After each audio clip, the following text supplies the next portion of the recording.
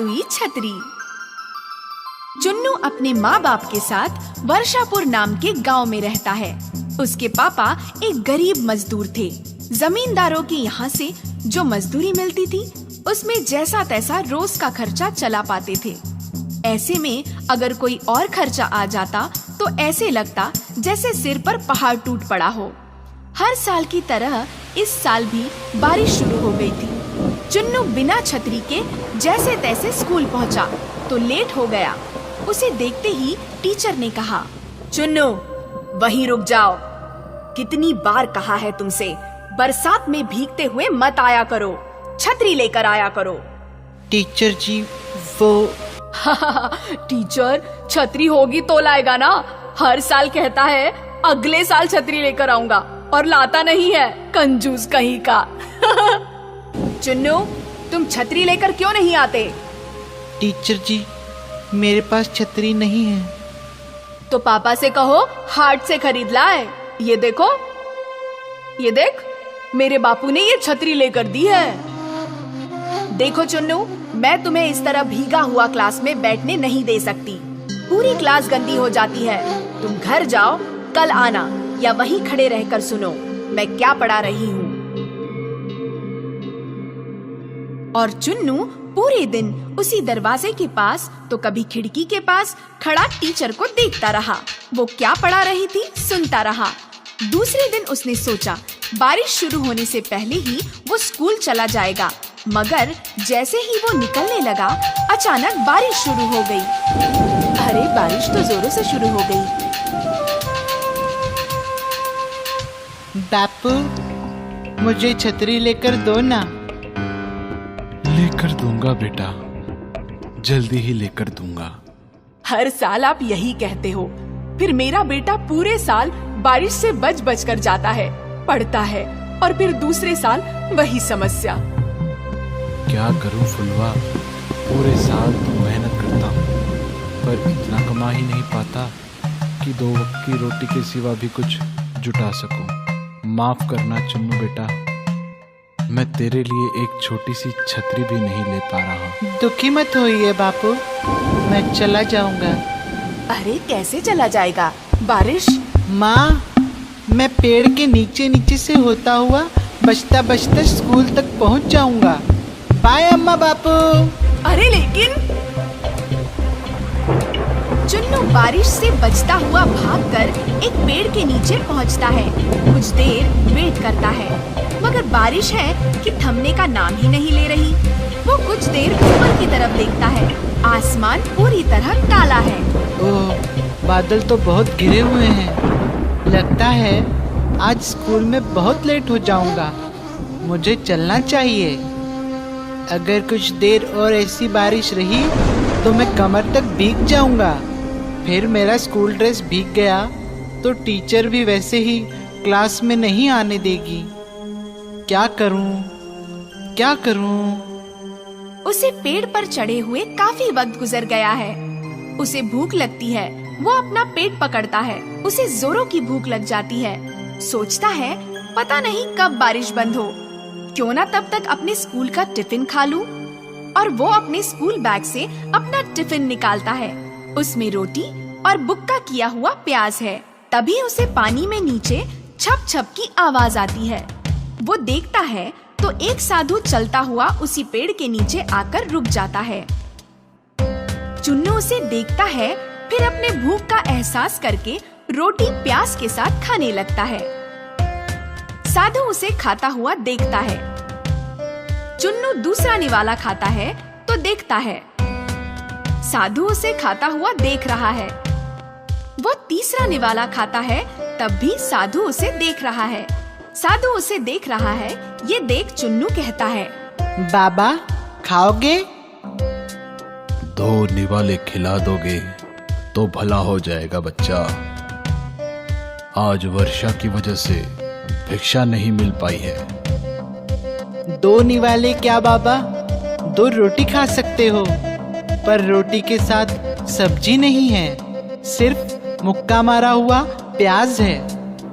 जब भूख लगी हो तो हर खाना पंच पकवान लगता है बच्चे। लीजिए। किंतु तुम इस वृक्ष पर क्यों बैठे हो बच्चे? स्कूल जा रहा था बाबा। बारिश तेज हो रही है। पेड़ के घने पत्तों में बचने के लिए यहाँ बैठ गया। छाता नहीं है तुम्हारे पास? नहीं बाबा, बापू से कहा था लेकर दे दो। वो थोड़ा लेकर दे देंगे। ये लो बच्चा, मेरे पास एक छाता है, तुम ले लो। कमाल है बाबा, छाता होते हुए भी आप बारिश में भीगते हुए आए। हम साधुओं को छाते की क्या जरूरत? हम साधुओं को छाते का क्या काम? ठंडी, गर्मी, बारिश, कुछ भी हो, हम तो कुदरत के हर रूप का आनंद लेते हैं। वाह, आत्मा तृप्त हो गई बच्चा। जाओ, खुश रहो। कहता हुआ साधु वहाँ से चला जाता है। उसके जाने के बाद चुन्नू भी पेड़ से उतरता है और छतरी खोलता हुआ स्कूल पहुँच जाता है। स्कूल में सभी उसे इतनी बढ़िया छतरी लिए आया देख चौंक जाते हैं। अरे चुन्नू, आज छतरी होकर भी तुम लेट हो गए। अब तो स्कूल छूटने का टाइम हो गया है। कल से लेट नहीं होऊंगा टीचर जी। अभी अभी छतरी मिली है मुझे। जरूर कहीं से चुराया होगा गप्पू। सभी बाहर आते हैं तो देखते हैं बाहर बहुत ही तेज हवा चल रही है, आंधी सी, और फिर अचानक बारिश शुरू हो जाती है। ये देख सारे बच्चे अपनी अपनी छतरी खोलते हैं। 2-3 बच्चों के पास छतरी नहीं है।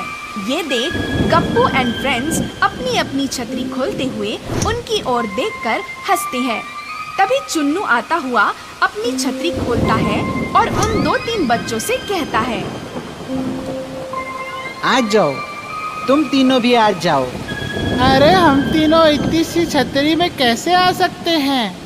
अरे पूरी तरह भीगने से तो अच्छा है कुछ कुछ बच जाना।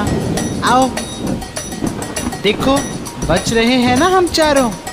हाँ यार, तुम्हारी छतरी तो बहुत बड़ी है। इनकी छतरी कौवा बन गई। गप्पू आ जाओ, मेरी छतरी में आ जाओ, बारिश बहुत तेज है। नहीं मैं आऊंगा तुम्हारी छतरी में। ए हटो, उसने मुझे बुलाया था। और गप्पू अपने ही दोस्तों को धक्का देकर चुन्नू की छतरी के नीचे घुस जाता है। जैसे ही वो छतरी में घुसता है, छतरी फिर कुछ बड़ी हो जाती है। तभी बाकी दोस्त भी आकर उसकी छतरी में घुस जाते हैं, तो छतरी और भी बड़ी हो जाती है। सभी उसके नीचे सुरक्षित आ जाते हैं। सभी गांव की ओर चल देते हैं। अब रास्ते में एक एक करके कई लोग मिलते हैं। वे भी चुन्नू की छतरी में घुस जाते हैं।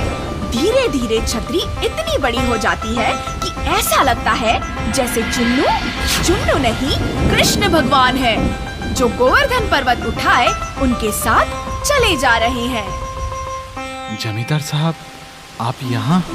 हमें बुला लिया होता, कुछ काम? हमने सुना है तुम्हारे बेटे के पास इतनी बड़ी छतरी है कि पूरा गांव उसके नीचे बारिश से बचता हुआ आ गया।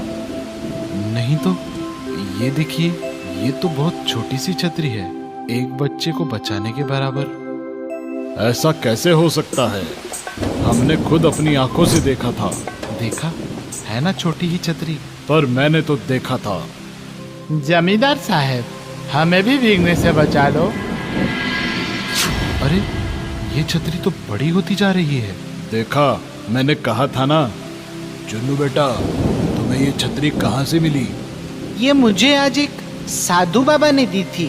ओह, तभी ये जादुई छतरी है। इससे तो हम पूरे साल के लिए पानी स्टोर कर सकते हैं। कैसे जमींदार साहब? इसके नीचे जितने भी इंसान आते हैं, ये उतनी ही बड़ी होती चली जाती है। हम अपने गांव और तालाब के बीच चुन्नू को ये छतरी लेकर खड़ा कर देंगे। फिर उसके नीचे चुन्नू के एक तरफ तालाब तक, दूसरी तरफ नहर तक गांव वाले खड़े कर देंगे। उन्हें पानी से बचने के लिए छतरी तालाब से नहर तक बड़ी हो जाएगी। फिर जो भी बारिश का पानी गिरेगा, तालाब और नदी में गिरेगा। पूरे साल भर की पानी की समस्या हल हो जाएगी। और पर जमींदार के कहने पर चुन्नू ने वैसा ही किया और सचमुच बारिश का पानी छतरी पर से होता हुआ एक तरफ तालाब और दूसरी तरफ नहर में गिरता रहा। फिर तो ये सिलसिला रोज चलने लगा। जब भी बारिश होती, नहर और तालाब ही नहीं भर जाते, बल्कि उन खेतों को भी ज्यादा बारिश से बचा लिया जाता जिनका अधिक बारिश की वजह से नुकसान हो सकता था। फिर तो पूरे गांव में चुन्नू की वाहवाही हो जाती है। बेटा, इतने सालों से तुम एक छतरी के लिए तरस रहे थे। अब देखो, तुम्हें ऐसी छतरी मिली है कि तुम हमारी ही नहीं, पूरे गांव की रक्षा कर रहे हो। हमें स्कूल में पढ़ाया गया था बापू, सब्र का फल हमेशा मीठा होता है।